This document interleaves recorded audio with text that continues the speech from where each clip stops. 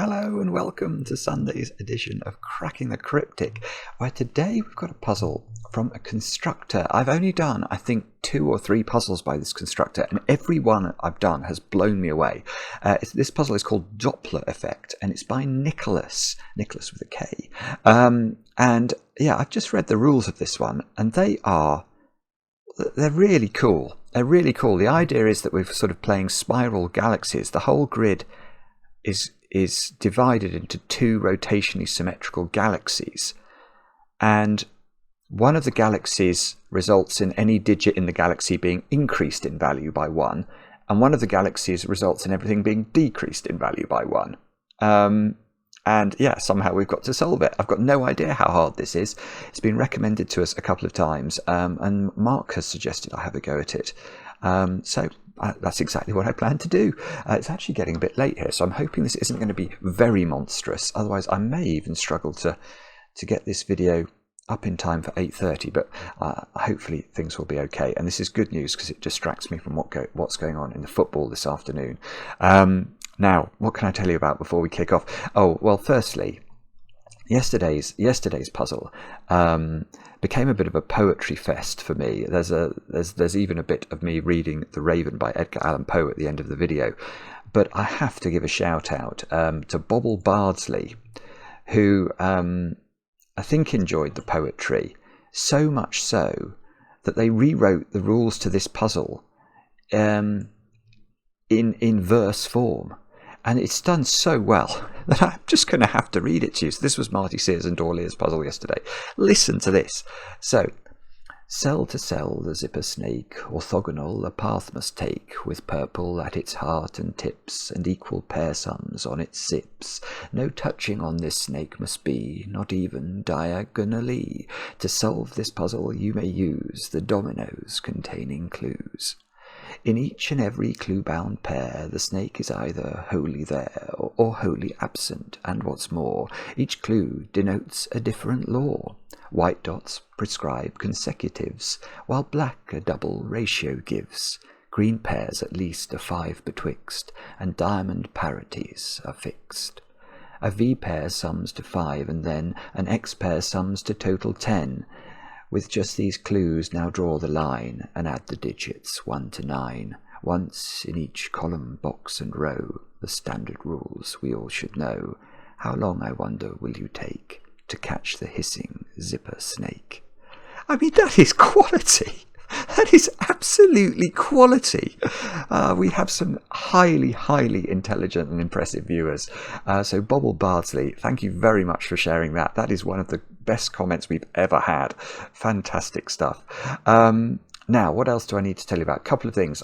If you own our Line Sudoku app, and if not, why wouldn't you? It is a collection of wonderful, wonderful handcrafted puzzles by, amongst others, Qodec. Now, in the latest update, it's just been updated, the app, which means there's some more puzzles in it.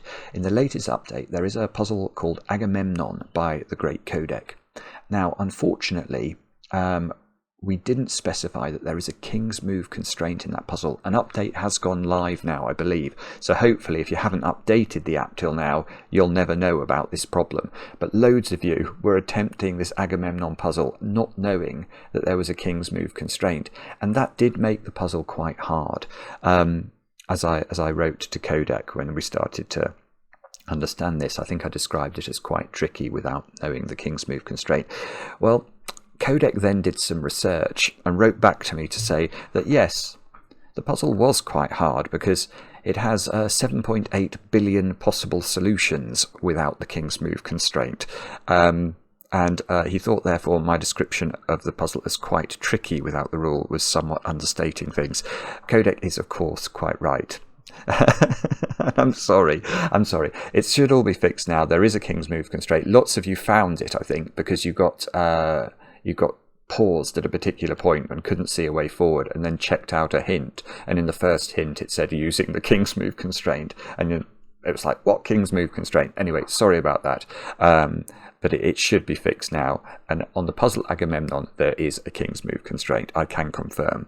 Other than that, the only other thing to mention is to have a look at Riffclown's Sudoku Hunt, which is over on our Patreon reward site right now. It's the Sudoku gallery. Here it is. It is open for business, and lots of line puzzles in there, and you'll enjoy them. I was reading some of the comments from successful solvers of the hunt last night, and people are saying, I think this, the difficulty level is perfect. So there should be something for everybody there.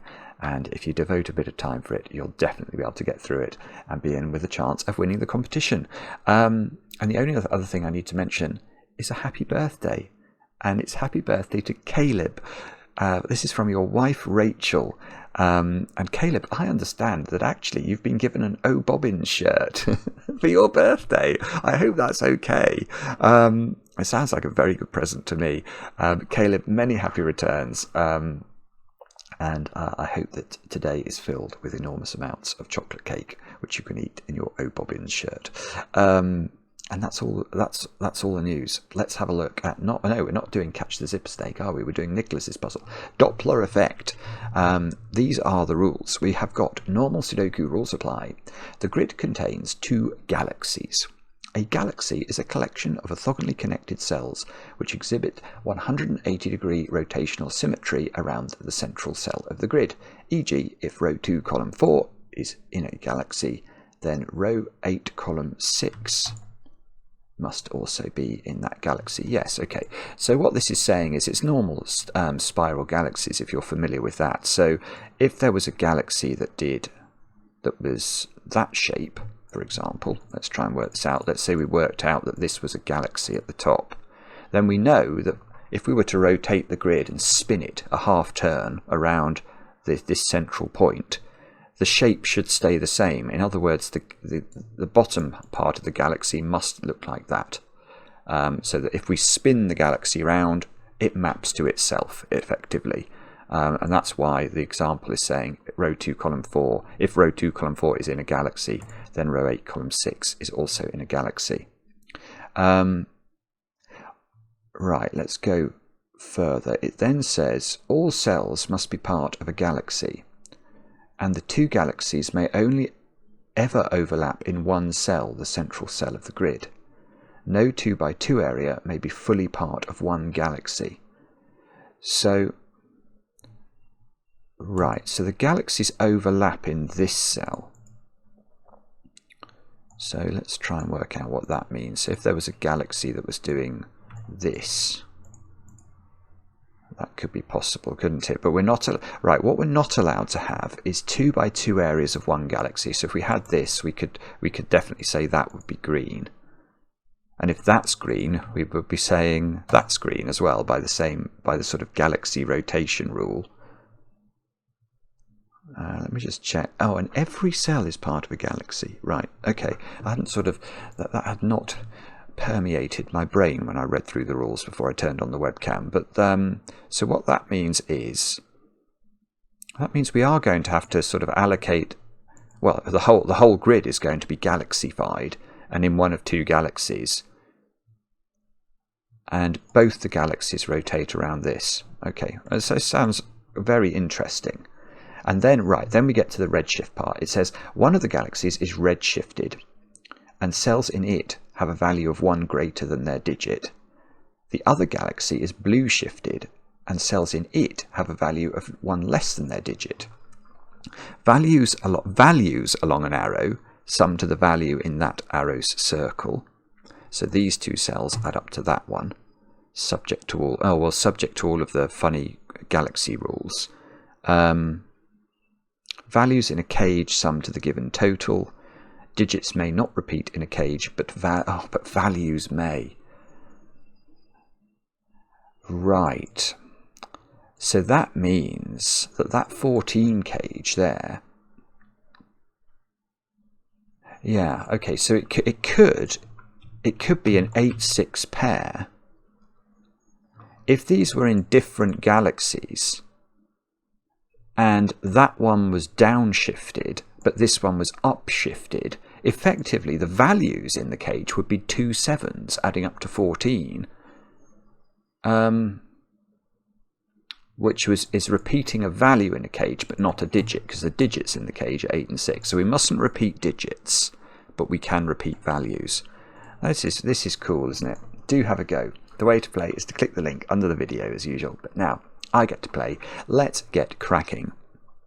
Now, I have a 16 cage here. Can I write 7 and 9 into that or not? And the answer to that is no, I can't, can I? Bobbins. Oh, bobbins. Caleb, I'm reading out your shirt. No, because if both of these were, well, which way? They can't both be, they can't, oh, which way can't they go? This can't, okay, this can't be, is it blue shifted or red shifted? Whichever one it is that would decrease the value of cells, that's not going to work, is it? Because if both of these were decreased in value, that would mean their natural value was 18. And I can't make 2 digits add up to 18 because I can't double 9 them by Sudoku. So this is either one of each, one of these is in each galaxy, or both of these are being increased, in which case these would add up to 14 and they would be 5, 9 or 6, 8. Right, and if they're one of each, then they do add up to 16, I think. So in the sense that one of them will be increased in value, one of them will be decreased. So the net effect of that is to equal out, isn't it? So they should add up to 16, and they'd have to be 7 and 9. How does that? Is that right? So if they're 7 and 9, yeah, that does work, doesn't it? Because even if the 9 is increased in value, then the 7 would be decreased in value, and the net effect of that is that they would add up to 16. And if the 9 is decreased but the 7 is increased, they'd be double 8, and that would work. That's very peculiar. That is very peculiar. But we don't know, because we don't know what the galaxies are doing. Now,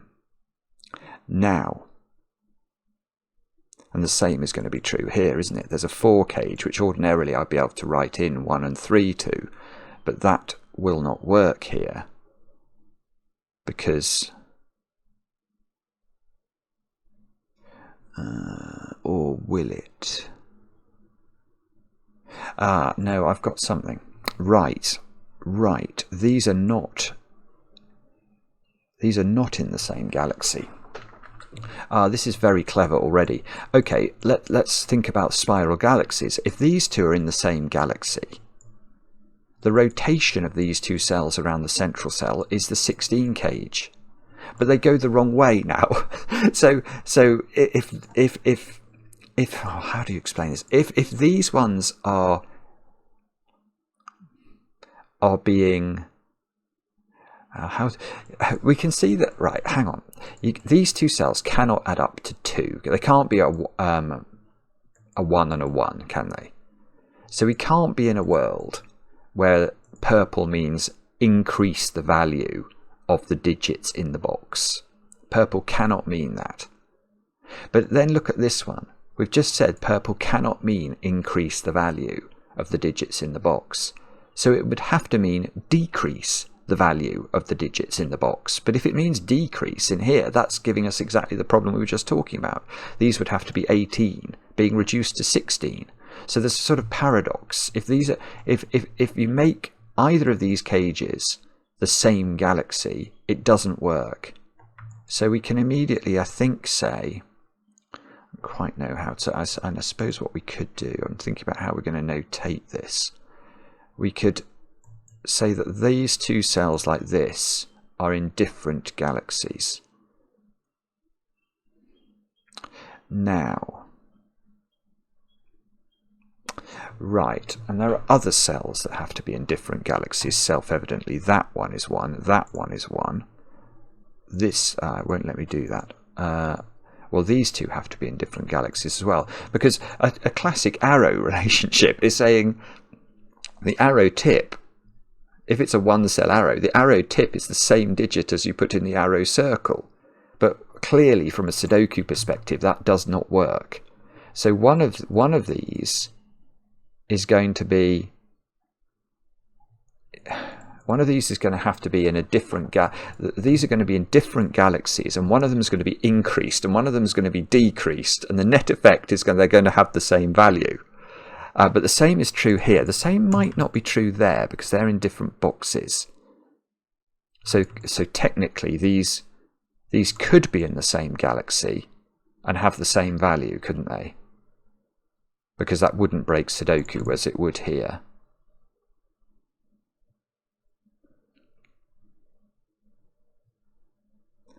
Golly gosh. So I've got to remember that this one is in different galaxies.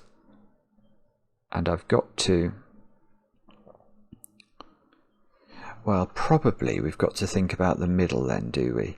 Because one thing I can see from the middle of the grid is because there's got to be two galaxies emerging from the middle of the grid, and those galaxies cannot overlap anywhere. So how do we do this? This cell is in both the redshifted and the blueshifted galaxy. So it's in both.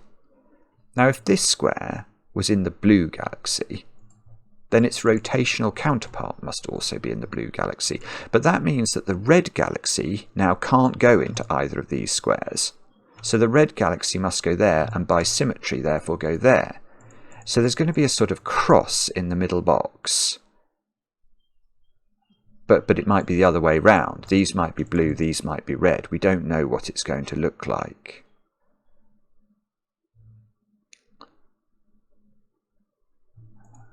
And that means that maybe it's not possible then for these two to both be. So I wonder if these can all be in the same galaxy. Oh, well, so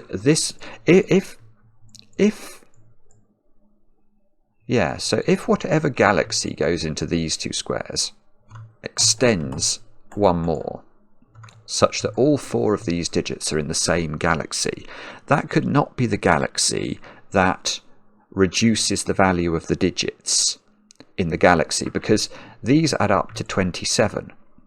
So if red meant reduce every cell in here by 1, that would mean the actual digits in the red galaxy would have to add up to 4 more than 27, which is 31. And I can't make 4 different Sudoku numbers add up to 31 because the maximum is 30 with 6, 7, 8, 9. And that means, well, the problem is that there's no pressure on these. Well, it would mean if these were all the same, that the digits in these cells add up to 4 less than 27, which is 23, which is very easy for them to do. I mean, that's only just over an average of 5, and 5 is the average Sudoku digit, so that's all the pressure would be removed. But what we might be able to do is to prove that they can't be, maybe they can't be different. So, there would have to be a 9 in them in this situation, because the effect of having one of each galaxy in a cage, in a 2-cell cage, is to equalize it, isn't it? It means these two digits will add up to 14. These two digits will add up to 13. That means these 4 digits add up to 27, and you can't make 27 in 4 cells without using a 9, because 5, 6, 7, and 8 only add up to 26.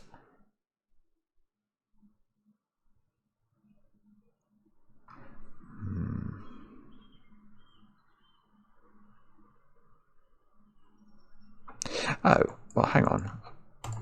I can just use that on these then.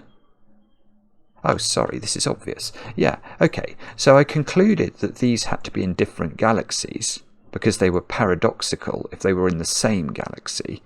But the effect of that is that these two digits, one is being increased, one is being decreased. So the net effect is that these are a 7-9 pair. The net effect is that these are a 1-3 pair. Yeah, okay. So, and what did we say? We said there had to be a 9 in here if these were in different galaxies. If these two were in different galaxies to these two.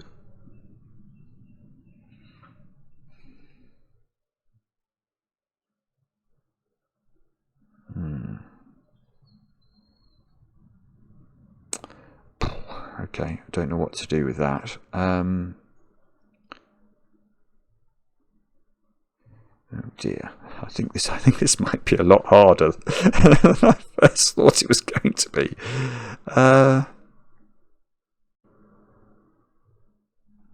No, that was a bad thought. Don't.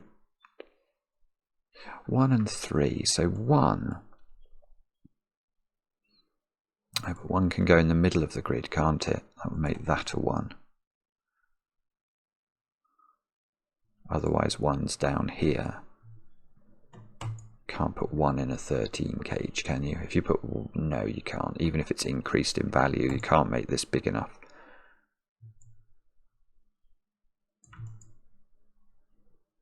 One is in one of those 3 squares. Can I put 3 into a 13 cage? If the 3 is increased in value to 4...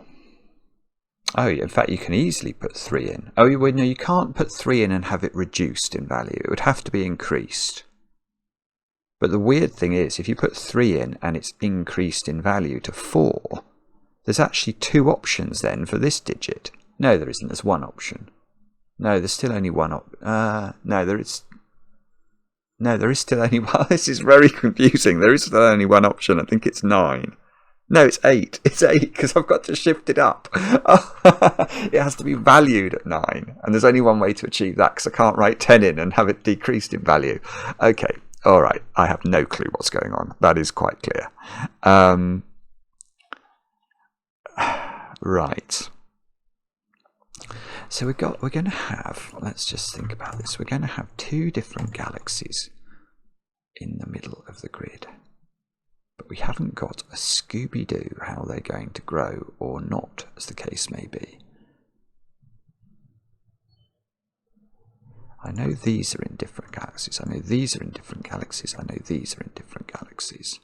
I know these and these are in different galaxies. I can't even really see how... I mean, if you look at the numbers in the other cages, they really are quite average. 19 for a 4-cell cage.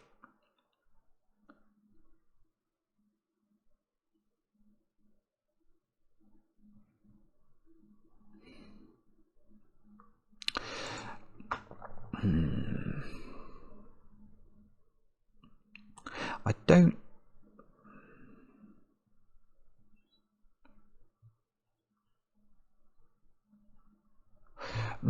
actually, do I agree with what I was about to say there? Let me just have a look at that.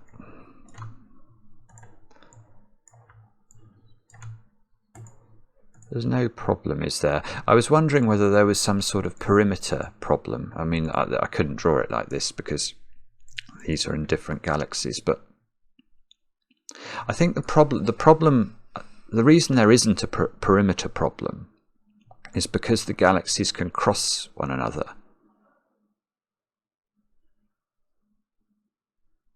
If the galaxies couldn't cross, there would definitely be a problem with the perimeter. So imagine we had to allocate the central cell to one colour, not both colours. Then there's a massive problem in the perimeter, because you obviously can't connect. You couldn't have too many separations of colour, because to connect the red here to the red here, I'm going to isolate the blue from this blue. But once this can be both, then I think all bets are off, aren't they? I can just connect this up here. Connect this up here, connect that there, and then this can come over there and it'll work. So I don't think that there is a problem with the perimeter.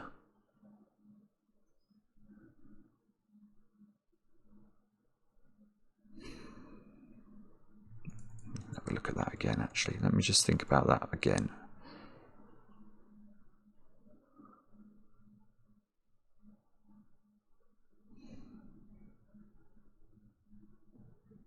Oh no, it's very, very hard to... Oh, I might be about to get a visit. I'm not sure. So, that's distracting me. if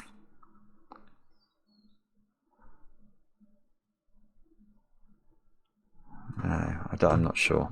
I can't actually. I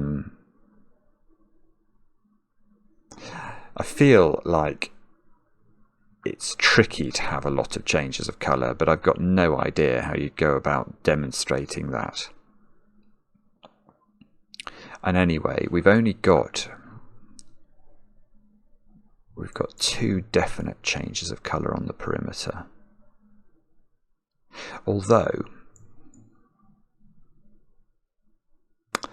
Although actually that's not quite true, is it? I haven't only got 2 changes of colour. I've actually got 4 changes of colour on the perimeter, because these have to be rotationally symmetrical.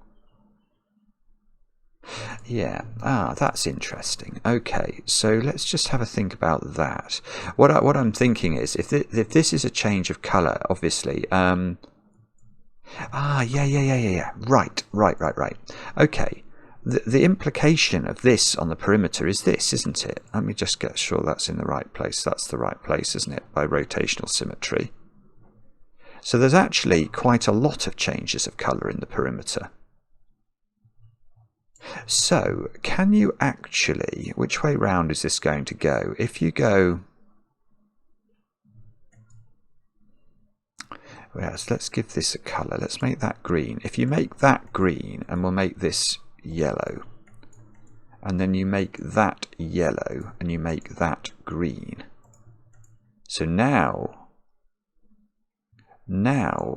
what happens, I presume, we're just going to get a cycle here, which is going to result in lots and lots of changes of colour around the perimeter.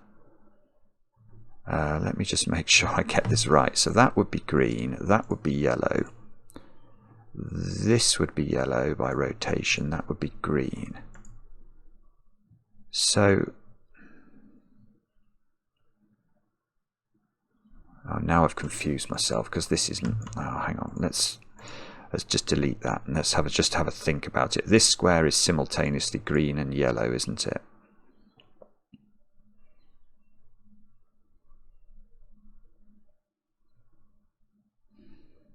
Still far from clear to me there's any problem at all here, actually. I mean, that green,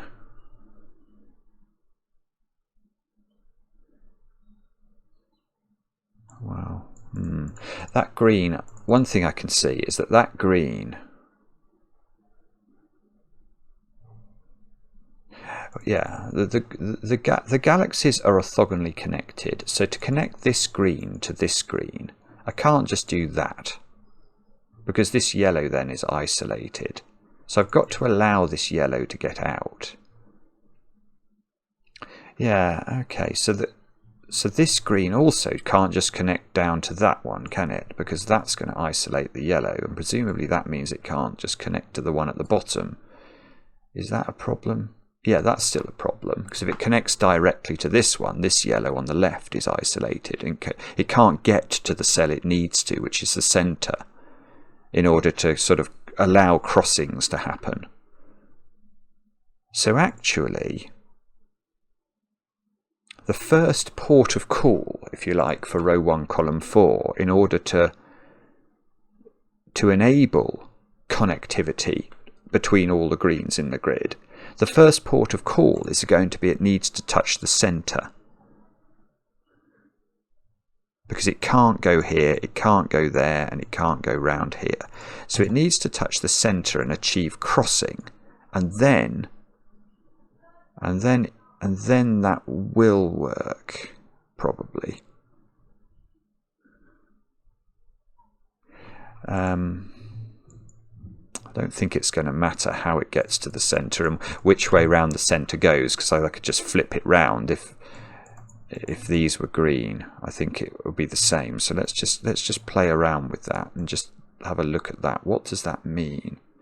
So if this is green, oh, we'd have to, yeah, okay, well, so how, you can see whatever circuitous route the green takes to touch the centre, which we know it must touch, whatever that looks like, it effectively is going to draw a wall down the grid, because whatever this looks like will have to be reflected on the bottom of the grid, won't it?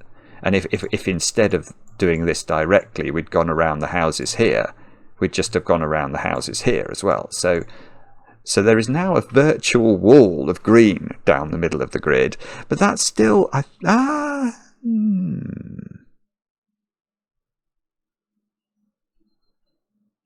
No, this doesn't work. No, hang on. No, I can't make this work. This is weird. This is absolutely weird, but I've got two yellows on the left-hand side of the wall that I've got to connect with this cell. But I've also got to get this green to connect to either this stripe of green or this stripe of green somehow. You can see this green can't just come across here, because that yellow can never get to the middle then. So that green is going to have to go up there, and now this yellow can't get out. That's weird. That is absolutely... I mean, it's wonderful as well. This is going to be massive.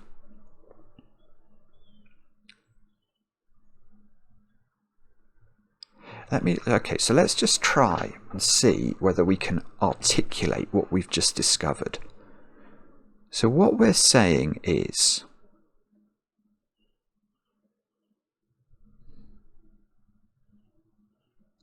that there is a limit to the number of times you can change the colour in the perimeter of this puzzle, even with the connectivity through the centre.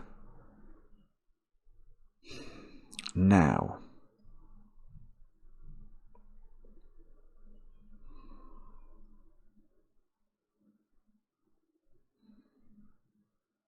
and you clearly cannot have, how would we define it? One, that could all be the same. One, a change of colour. Two, change of colour. 3, 4, 5, 6, something like, you can't have something like 7 changes of colour in the perimeter. But there are going to have to be quite a few changes of colour, aren't there? Because having concluded that this cannot be correct, let's just highlight the whole grid and delete all the colours. What we've proved is that the colour of this one is the same as the colour of this one. So we're actually in this world. But that's going to have obviously ramifications here now. So that's got to be yellow, that's got to be green. And I can see how this is dramatically reducing the number of changes of colour. But we've still got some. We've definitely still got some. 1, 2. We've now got 4 patches of colour in the perimeter as an absolute minimum. But if we introduced... Oh, yeah, okay. But what that's saying... The moment we introduce one more break, if I was to introduce yellow between these two greens, of course that yellow flies off over here as well, doesn't it, by the spiralling rule. And now I sort of feel like I'm back where I was. I've got 1 colour, 2 colour, 3 colour, 4 colour, 5 colour, 6 colour, 7 colour, and that's exactly what we've just proved doesn't work. So okay, this is great, because that does mean that there cannot be another break of colour on this perimeter, otherwise we end up in exactly that bad position we were just in. So we have to do this, and this is going to be absolutely marvellous, he says, without any... Actually, maybe I'm not meant to use these colours. What am I meant to use? Red. Well, I'm meant to use red and blue, but I don't know what I don't know what the colours I've put in relate to in terms of their increasing or decreasingness. But I do know that I can't have a 2x2 of any galaxy, so that's got to be yellow. That's got to be green. They've got to have rotations, so that which didn't matter. We could have got that anywhere. I wonder if you can have a checkerboard in this. I've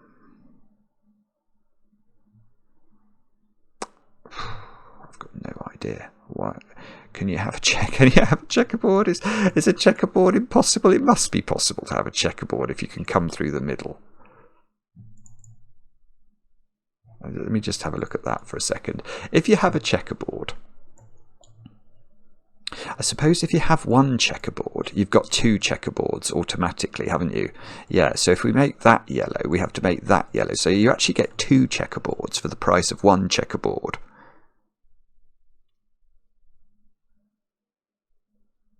I find this very hard to visualize without at least pontificating about the nature of the cross in the middle, so I'm going to pontificate about it.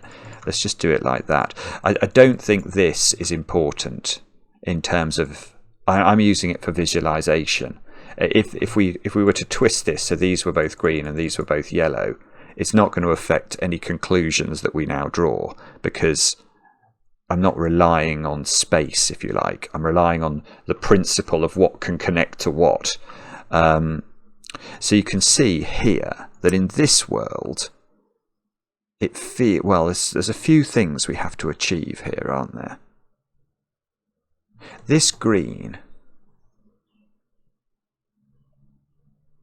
has to get out and has to attach to another green. Yeah, it's the same logic. This green, where is its first port of call amongst the other green cells that it needs to get to? Which stretch of green must it hit first? And it's very clear, isn't it? It can't loop round and touch this string of green, this top left string of green. Because if it does that, that yellow is definitely trapped. The yellow can never get to the centre. And that's the same if these were green and these were yellow. It can't get there if this loops round and before going to the centre touches this green. Well, actually, that might not be right. What about if it goes right round the houses then and touches that green?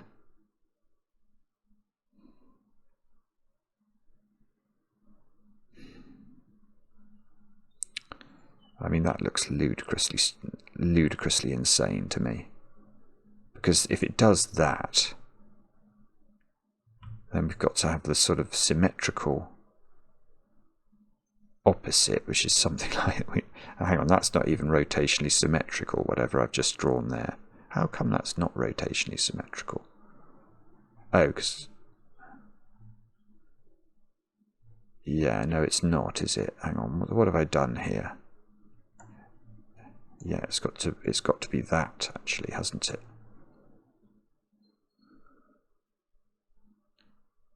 Yeah, I mean,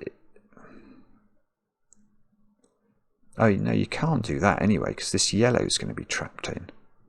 Oh, but you could make space, could you, for the yellow to somehow get round? Maybe something like that. It just doesn't work. It just doesn't work, because if you do something like this, this yellow has to escape, and you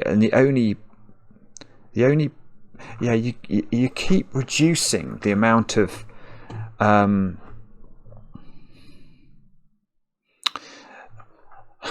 you can try and do something like this. Let's try and do something like this as efficiently as you can. You could try and do, I don't know. I don't even know. You could try and do that, for example. And you could say, now this yellow can get out. And you're right, the yellow can get out. But once the yellow gets here, this green can't get out. See, and this yellow does have to get out. And eventually it's going to have to cross the middle. And you're sort of going to get a cycling effect that's going to keep... everything is getting isolated here. So I'm very convinced this doesn't go round here. And if this went round here to connect to this green, this yellow is isolated. So it doesn't do that. So the question, I think, the most natural question is, does this green connect to this? And if it connects to this, what does that mean? Well, now this yellow... so this green connects to this green, which is going to be the same way that that green connects to this green. Because we're going to have opposite checkerboarding, aren't we? So we're going to have something like that. Now, is this broken? Is this generically broken or not? And the answer is, oh, I'm not sure. I think it is broken. It feels broken. I realise that's not the same thing at all. It feels broken to me. But I don't think I've got enough ways to get everything out here. So this yellow, we can see that this yellow has to connect to this yellow at the top. Therefore, this yellow eventually has to find its way to here, to cross. And it's going to achieve that in some circuitous way. We don't care what the route is. Let's say it's that. That yellow's going to have to also achieve something similar like that. And you can see this green is broken now. It can't get out.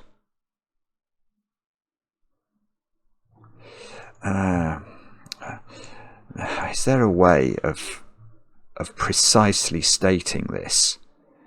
It's already taken 41 minutes to think about this.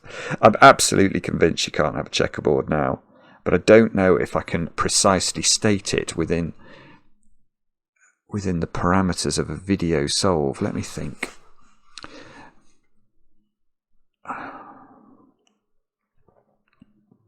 What we've got here,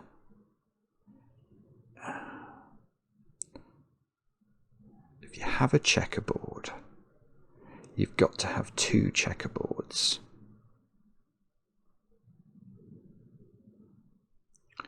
The internal bit of the checkerboard, by which I mean sort of this bit in this instance, and this bit.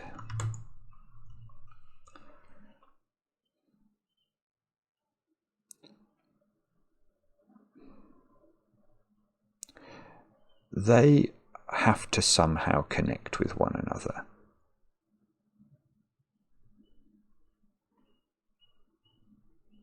Yeah, maybe there is a way to articulate this. Let me just think about this.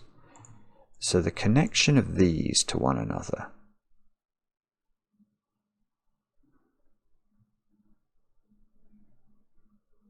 clearly cannot not involve the middle, can it? It cannot not involve the middle. Because if it doesn't involve the middle, however we achieve that, this part of the checkerboard will not work.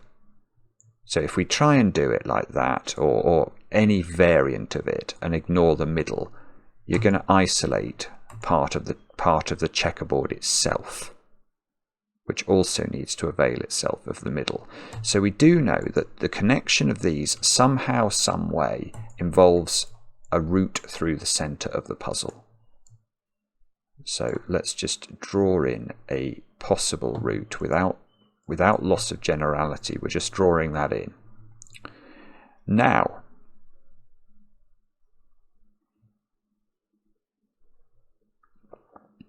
so this is the tricky bit.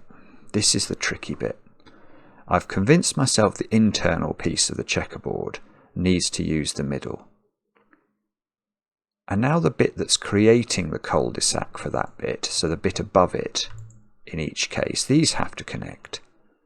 And they are prevented from connecting directly by the wall of green that we've just drawn in, except that there is a break in the wall of green, and that is provided by the middle. So these two have to connect via the middle somehow. And again, without loss of generality, that's something like that will look like. Now, if we can articulate at this juncture, because I think we haven't done anything specific. All we've concluded at the moment is how certain cells within the two checkerboards must connect. Now, is it now possible to say that this puzzle is broken? And if so, why? Because if we can say that it's broken, we're good to go, and we can assume no checkerboards. And I can see I could have seen a few minutes ago why that's going to work and be interesting.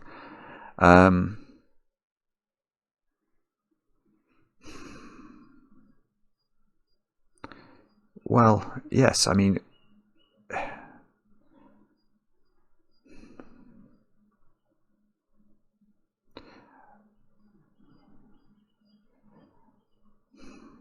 I can see why there's a problem.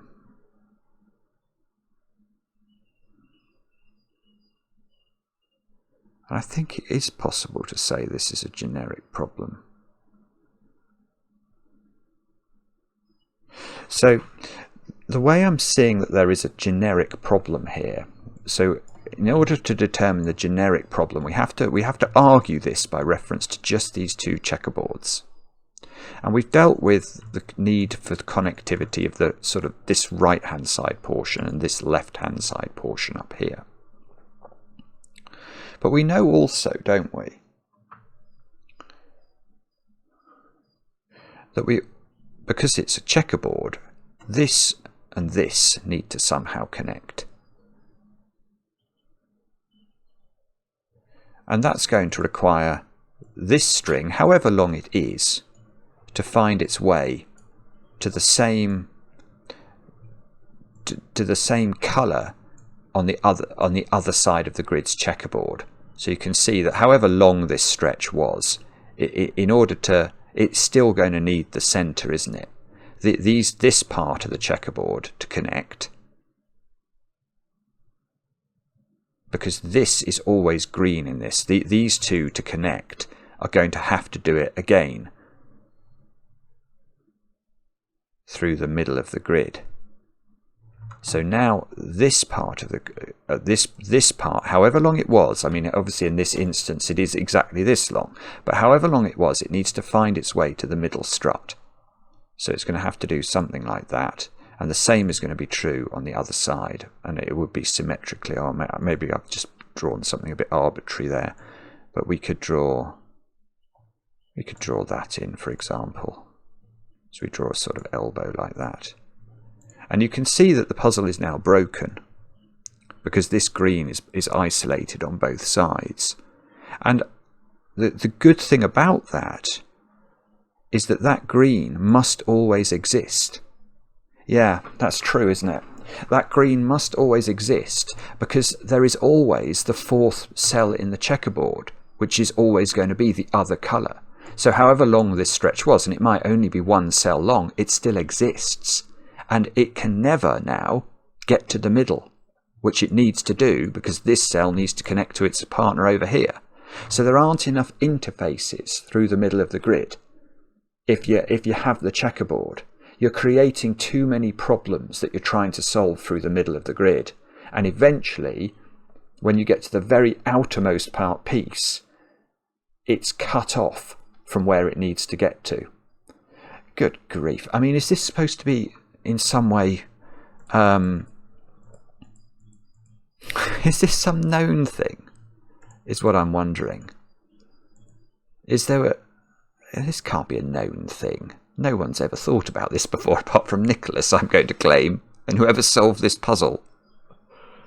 There's not a generic rule about, well, maybe there is actually. Maybe there is some rule about how many. That's a fascinating thought, isn't it? Has somebody given this some sort of generic... Is there a generic theory dealing with how many crisscrosses you can have in a two-coloured grid? I don't know. There may well be. But I have now convinced myself that I don't think you can have a checkerboard in this. And if you can't have a checkerboard, that is going to be useful for that cell, which is now green. And that's by symmetry is going to mean that cell is now green. And that's incredibly underwhelming. Oh, no, I was about to say that's incredibly underwhelming, but no, it's not, because now I get a yellow there because of a 2x2 rule. So I get a yellow there by a 2x2 rule. And that's great. Ah! No, I do much better. This arrow needs to be two colours. So that's got to be green. And now I've got to avoid a checkerboard here. Oh, no, not only that. But that green needs to be reflected down there. And I avoid a checkerboard, which means that to avoid a checkerboard there. Now I've got to make that yellow to avoid a 2x2, so that's yellow. This one. I don't know about that one. If that was green, does it matter that none of these... No, that's not how this rule works at all. I was thinking, if that was green, it has to be the same digit as that. But that doesn't mean that digit can't go there because these are yellow digits. No, it doesn't mean that at all. So I don't think we know what this is. Although, if it's yellow, that would be green. That would be yellow.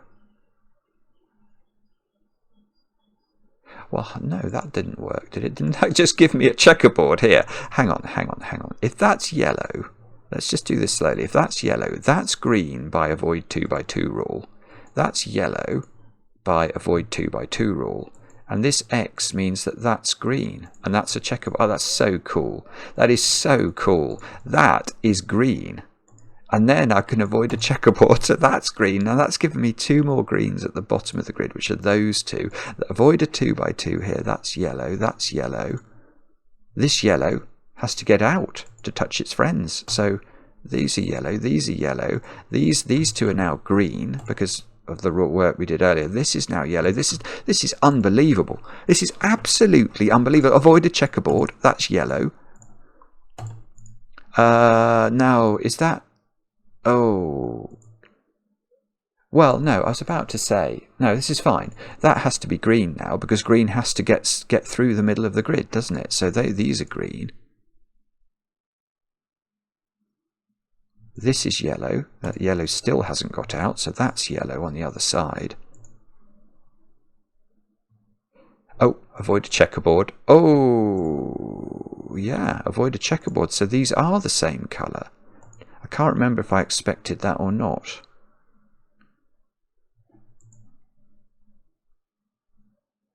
I very nearly coloured this grid. Oh, yes, that's yellow. That yellow still has to get more, has to get out more. Like me.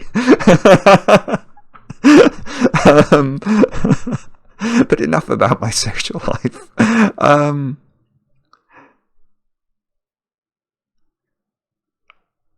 Oh, goodness me. Come on. This is genuinely, it's absolutely brilliant, this puzzle, because it's sort of, it's making me think in totally unusual ways. I don't know what to do now. I have a feeling that we're able to immediately... I mean, I can see this yellow hasn't connected to its friends yet. Yeah, one of these must be, exactly one of those must be yellow, mustn't it? Exactly one of these is yellow. Because they can't both be yellow. Because then I'll have a 2 by 2 of yellow. And they can't both be green, or this yellow is isolated. So this is one of each, which means that's one of each on the other side of the grid.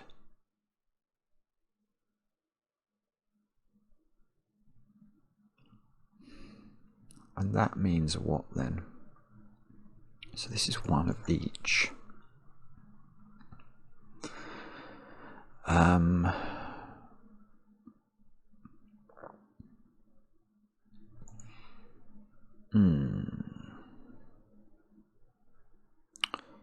So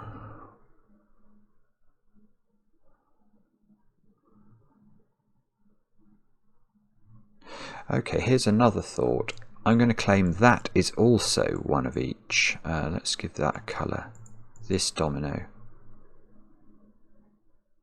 That might be wrong, but I think it's right. So what I'm thinking there is, if this is double yellow, that's a 2 by 2 of yellow. Now if this is double green, I might be wrong, but I think this yellow, I mean it can connect to this yellow, but I don't think it can get through to the middle of the grid anymore. And that's a big problem. Now that's right, I think, isn't it? So this is also a one of each. So if that is...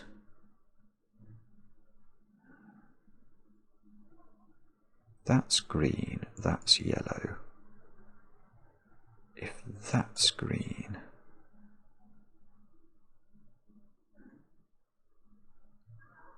that's green, that's yellow. Yeah, okay. So I think this is yellow, but this might not be right again. Let me just think about this. So what I'm thinking is, if, let's delete that. If this is green, This yellow clearly has to get out, so that's yellow. Right, so remember that. So what we're saying is, let's use letters for a moment. What we're saying is that's yellow in the instance that this is green. Now the other possibility is that this is yellow now. Now that means this is green to avoid a 2 by 2.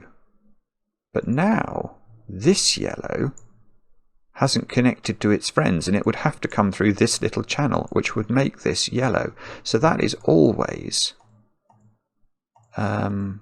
this is always yellow. This is one of each. Right, and that yellow's got a counterpart which is there, so that's yellow. This is one of each. And now what do we do? We may even have to think about Sudoku, you know. Bingo! Yes! Yes! This. We thought about this earlier. The 13 and the 14 are all the same colour. These can't be these can't add up to 31 being reduced to 27. So green means numbers get increased. So the digits that are put in green get increased in value. So these actually add up to 27 minus 4, which is 23.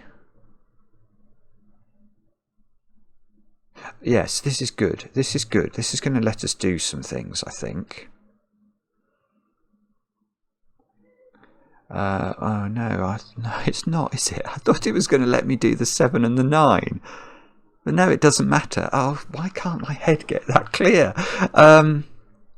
It doesn't matter which way round these go. Oh, that's weird. Okay, sorry. So what do we know? Green increases the digits that you put in.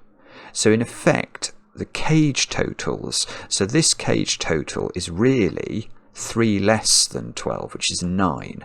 So you put digits worth 9 in there, and then the green increases each one of them by 1 to get us to 12. So that is really a 9 cage. This is really an 8 cage. That's lovely, because if this is an 8 cage, what do we know?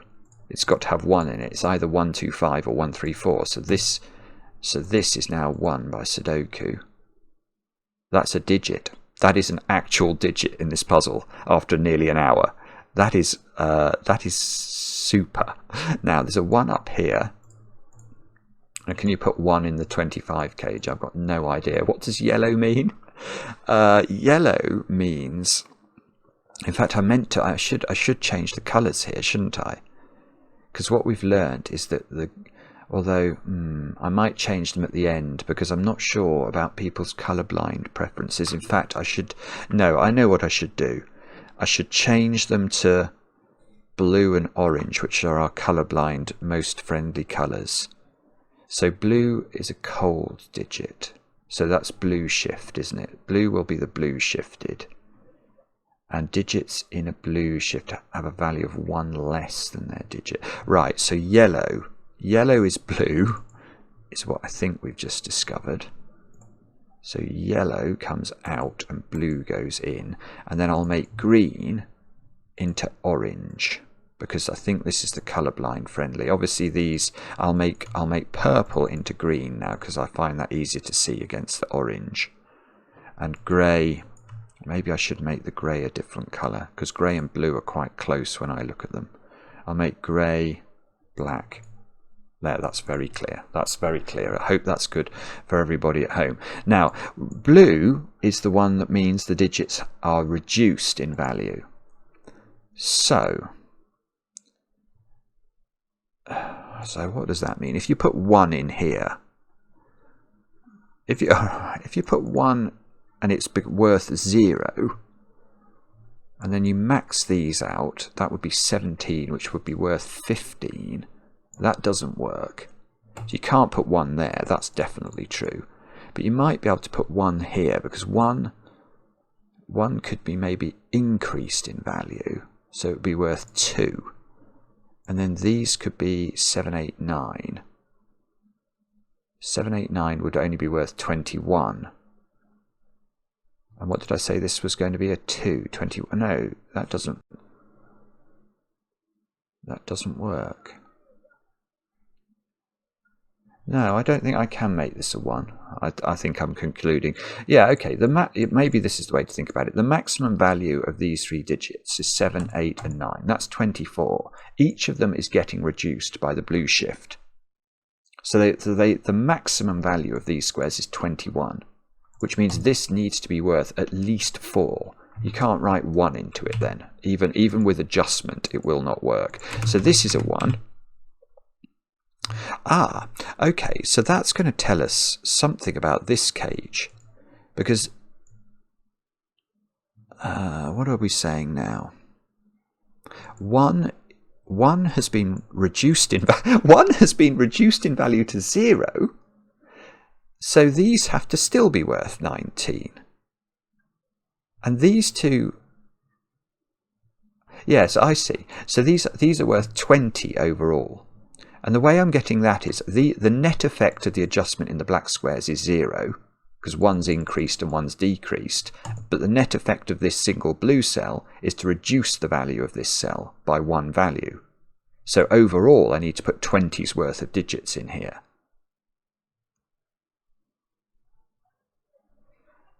And that doesn't do anything, does it? Well, it would do something if we knew there was no 9 in there. Is if there's no 9 in this, it would have to be 5, 7, 8. It's the only way of getting to 20 in 3 different digits. And they do have to be different digits. Yeah, you can't repeat a digit, although you can repeat a value.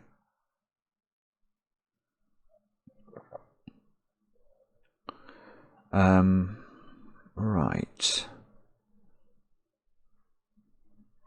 I know. I bet you this is going to be blue. Because if this is blue, I know exactly what they are. Because these squares would add up to 4 more. The digits would add up to 4 more than 25, which is 29, which would make that 5, 7, 8, 9.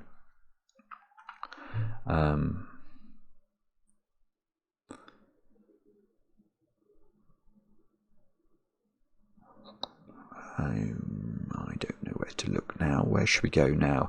So these 2 digits, they are heated up digits. They are redshifted, although they're orange. So they're worth 12. These are worth 11. 12, 11.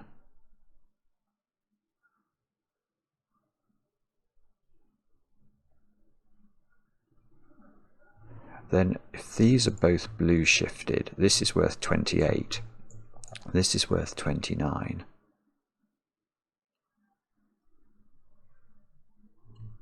These are worth 8. Oh, all right. Where are 7 and 9 in column 9?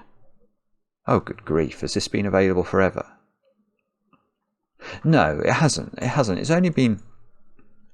No, it hasn't.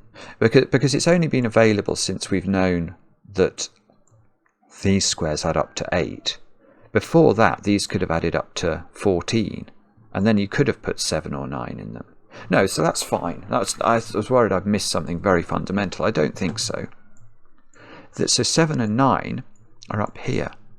Ah! Well, this can't be 5, 7, 8, 9 then. So this isn't blue. Oh, that's weird. Right. Yeah, I mean, you can't make this 5, 7, 8, 9. Because one of the 2 digits, 7 and 9, must be here at least. Can they both be there?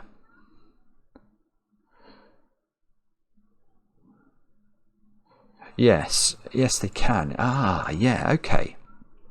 In fact, the parity... Ah, this is interesting. The parity of this domino, they are the same parity. Because one of them is getting reduced in value, and one of them is getting increased in value to meet in the middle. So one's +1, one's -1, so the difference between them naturally must be 2. So these have the same parity. But anyway, we know this one is not green. This is orange, believe it or not. And if that's orange, blue hasn't got out, so that's definitely blue. Now we can mimic that at the bottom of the grid. So that one is orange. This one is blue.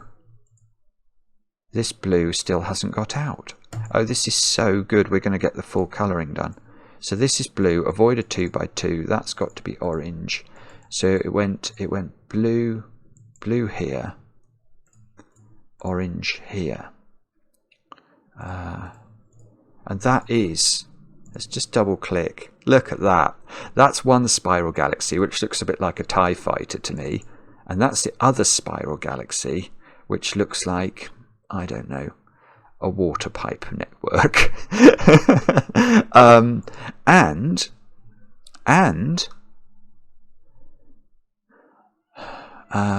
What else do we now know? I haven't got a clue. We know these add up to 8. We know these add up to 9. We can work out what these add up to now, because we know the exact disposition of sort of hot and cold digits. So 3 of the digits are reduced in value and 1 of them is increased in value. So the net effect is we add 2 to the total given. So 27 is right. So 27 is the total for this cage, and therefore it's got a 9 in it, because 5, 6, 7, 8 only add up to 26. Where's the 9? Well, it must be here by Sudoku. So that's a 9.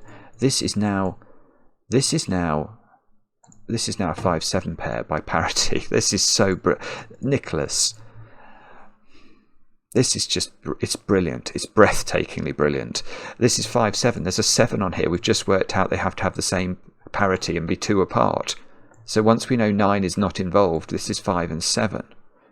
And I bet you this is false now. Well, we can use the secret, can't we? 28. This is, yeah. The secret rears its beautiful head after 67 minutes. So, do you know the Sudoku secret? I tell you what, if there is anybody watching this video who does not know the secret of Sudoku, for whom this must probably be the first ever cracking the cryptic video they've watched, and you're still here after 67 minutes, then A, I applaud you, my friend, and B, I would love you to drop a comment in to say that this is your first ever video. But the secret, don't worry, I will tell you. I tell all my favourite people. The secret is that any complete box of a Sudoku, any complete row, any complete column, by the rules of Sudoku, means that the digits, it must contain the digits 1 to 9 once each. If you add up the digits 1 to 9, you get 45. That is the secret. We just worked out those squares add up to 27. Plus 1 is 28. Plus 5 plus 7 is 40. So these have to add up to 5 to make the whole box add up to 45 without using a 1. So they've got to be a 2-3 pair. And therefore these squares are 4, 6 and 8, and they're all even.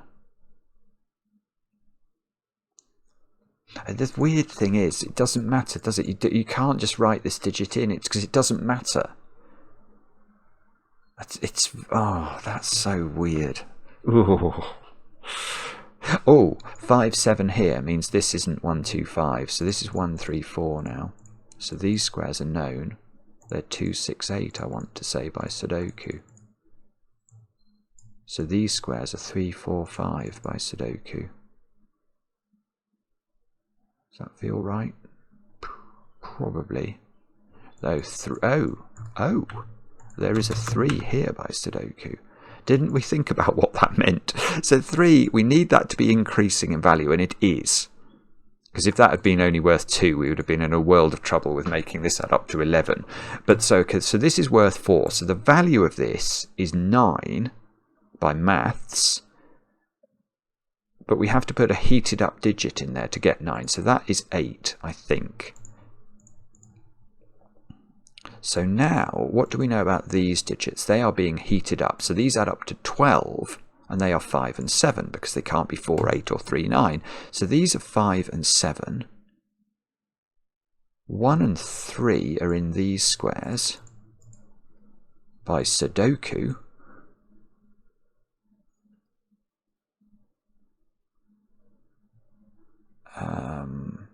Right, there's now a 9 in this 19 cage, because remember we worked out these 3 squares added up to 20.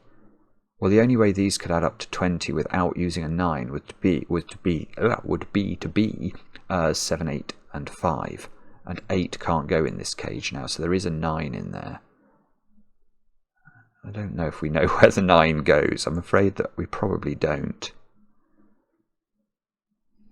But we can probably do some work here now. Can we really put 1 and 3 in there? These would be two different colours, so they would, the net effect of 1 and 3 in here would be worth 4.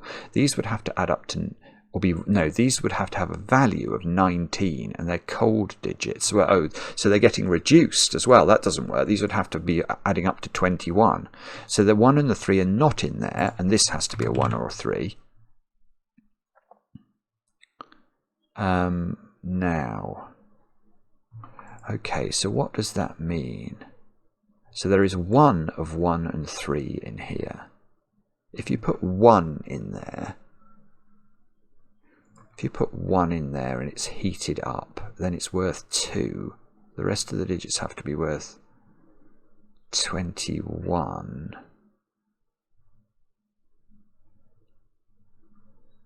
But if you're heating up the digit, you're putting the 2 there, aren't you? Sorry, you're putting the 1 there, so it's worth 2. So the other digits are all made very low. So they'd have to be 7, 8, 9. That would give you a 7, 9 pair here. Oh, hang on, that doesn't feel right. I've got too many 7s, 8s, and I've got too many 7s, 8s, and 9s looking at these squares.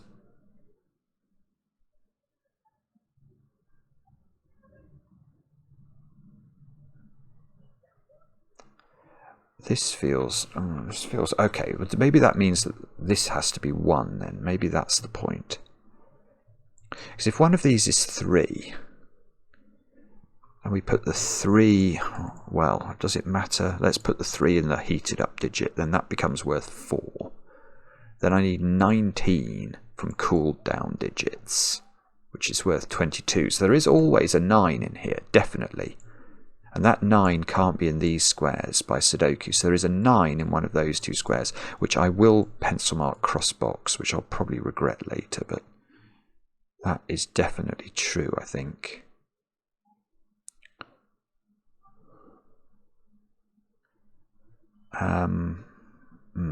What do I know now? I know these two have to be, yeah, these have to be 2 apart, don't they? Oh, hang on, do I know the order of these? If I know, yes, I must do, because the blue digits are being the blue digits are being reduced in value, and the orange digits are being increased in value. So this digit is less than this digit by 2. So this digit is less than this digit by 2. So that's 5. That's 7.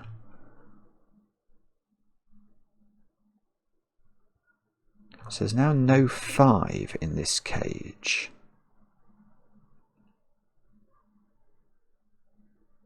Well, okay, that's useful. So this has got 9 in it. We know these 3 digits add up to 20. So the other 2 digits add up to 11. And they don't repeat the 9. They can't use 8. And there's no 5 in this cage. So this is 4, 7, 9 in some order. These are not 4 by Sudoku, look, because of this 4, 5 pair. So this is 4. This is 7, 9. This is 5. That's a digit that we just got for free. Well, it wasn't really free. It was quite hard earned, to be honest, but it seems to be there. That's a 9 in one of these two squares by Sudoku. I've got a lot of digits in row 4. I have not placed 2, 6, and 8, so that digit is 2 or 6, look. That digit is 2, 6, or 8. I've got quite a few digits in box thingy, box 5. And the digit I'm going to put in here, along with the 1 or the 3, is not a ginormous digit anymore, is it? It's not a 7, 8, or a 9. The biggest it could be would be 6. So if you put a 6 in there, what's the biggest? You could put 6 and 3 in there, and they would be equaled out because this is one of each galaxy. So this would be worth 9. So these would have to be worth 14, and these are being reduced. Ah, this is it. This is it. This is forced, because if this is not 6, 3, the next highest digit I can put in here is 4, and that would force these two squares to add up to 18 in natural terms, and I can't double 9 it. So this has to be 3, 6. This has to be 7, 9, and we know the order, in fact. And if that's 3, 6, that's 1, which is what we suspected. Ooh, that's 2, that's 4 in the middle of the box. These squares, that's not 2 anymore. That's not 2 anymore. 2, 6 and 9 is what we've got over here. 2, 6 and 9. This 3, 6 pair means that's not 6. We've got chocolate teapotted on the right hand side, look. We could, this is one of each, so we're not going to, we don't know what this is, I don't think, what the order is.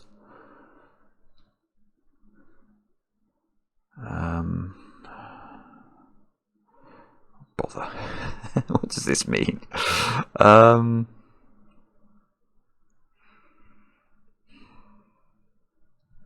don't know. Okay, these two squares have to be the same digit now, do they? That must be right. They're both the same colour. And that digit ends up there. So these digits are from, this is interesting, 4, 6, 8 and 9. But that one can't be a 4, and neither can that one. So 4 comes out. So this is 6, 8 or 9. It's not 9, look. So these are either 6 or 8. And they do work. Oh, bother. I thought that was going to be useful. Right, these two have to be, they have to have the same parity because they're like these two, aren't they? And we know that the orange one is less than the blue one.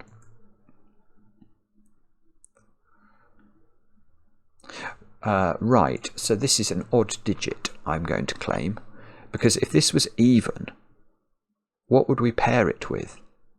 The even digits we've got left are 2, 6 and 8. The only ones of those that are 2 apart are 6 and 8, and if I make those a 6, 8 pair, that square is broken. So this is an odd digit, and this is the lower digit. So this is 1, 3, 5 or 7, and it's not 7. So this is 1, 3 or 5, and this is 2 higher. So this is 3, 5 or 7.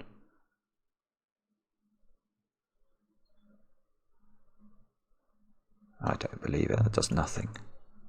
I don't believe it. That's rotten.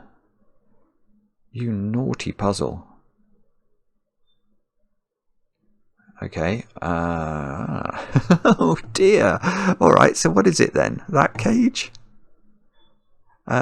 What's that adding up to? So, oh right, this has got the same profile as this, of course. So we worked out that means that this is adding up to 20. Oh, this is adding up to 26.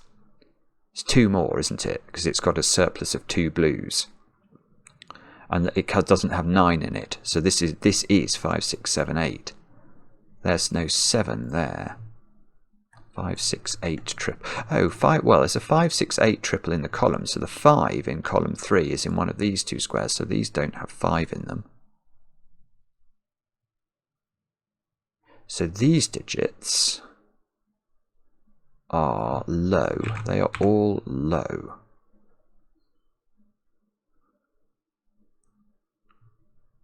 And that means what then? Are these heated up? Yeah, these are being heated up, aren't they? But so is that one. Although these are being heated up twice, and that's only being heated up once. Ah! What on earth does that mean? I don't know.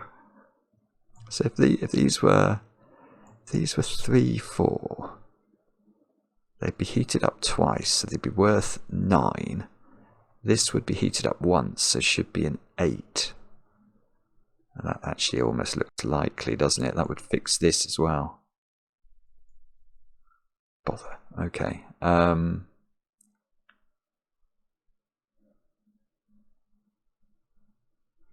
Okay, sorry, I've not got anything here. I've got my 5, 6, 8. Right, so I've got low digits in the remainder of column 3. 1s, 2s, 3s and 4s here. This is not a 1 or a 3 actually. That's only got the ability to be 2 or 4.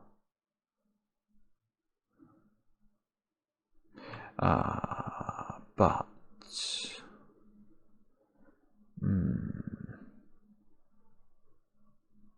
okay, here's something that might not be right, but might be right. Yeah, I think there is a 4 in this domino, because these squares add up to 9.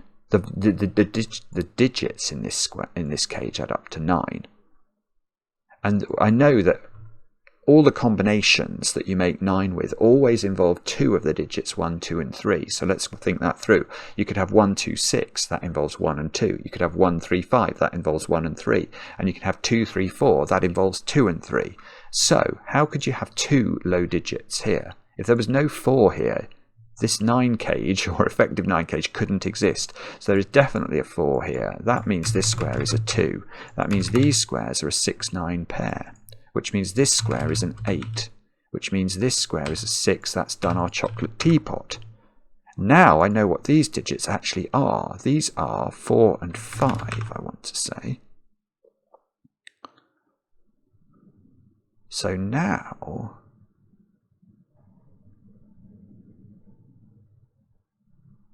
yes, so this is beautiful. So this is a 1, 2, 6 cage now, because look, if I pick this 9 cage's digits from the digits 1, 3, 5, well, then I've got 6 digits in this column that are selected from the 5 different digits 1, 2, 3, 4 and 5. If I make this from 2, 3, 4, I've got the same problem. So this has to pick up another digit that is not used in these 3 cages, and the only digit is 6.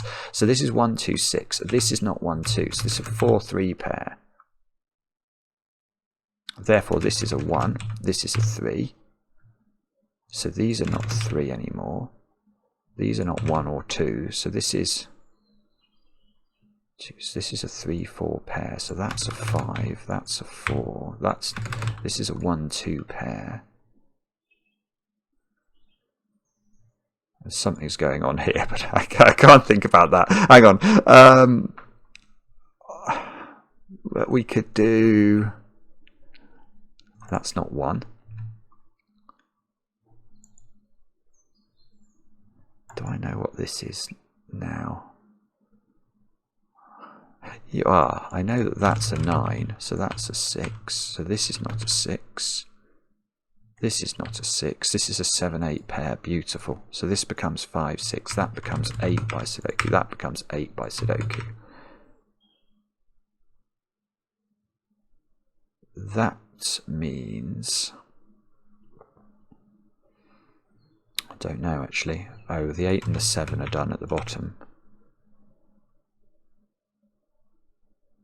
So these digits are 5, 7 and 9. And we can, we're chocolate teapotted again, I think. Might be wrong about that, but that looks like it's teapotted. We might be able to do this, because this digit is getting increased in value. So this is worth 6, which means these have to be worth 4, because they're both being heated up. And the only way you can make 4 in 2 Sudoku cells is 1 and 3. So that's 3, that's 1, that's 4, that's 2. This square's a 4 by Sudoku. Oh, hang on, what's that doing? 3 in the corner, incoming, very possibly. 4 is there, exactly, in box 8. Ah, that's odd now. Because, look, 4 and 8 are dismissed from it. So if it was even, we know they have the same parity. It would be a 2, 6 pair, and they are too far apart. This needs to be 2 apart. Oh, this is gorgeous again. It's the same point I think that happened up there. These are odd parity, But if we label it up fully without the 7, you can't have 9 on here now because you need the 7 in order to have something that's 2 apart. So this is 1, 3 and 5. In fact, that's not 1. Which way round is it? The orange one is the high. No, the orange one is the low one. So this can't be. So this is done.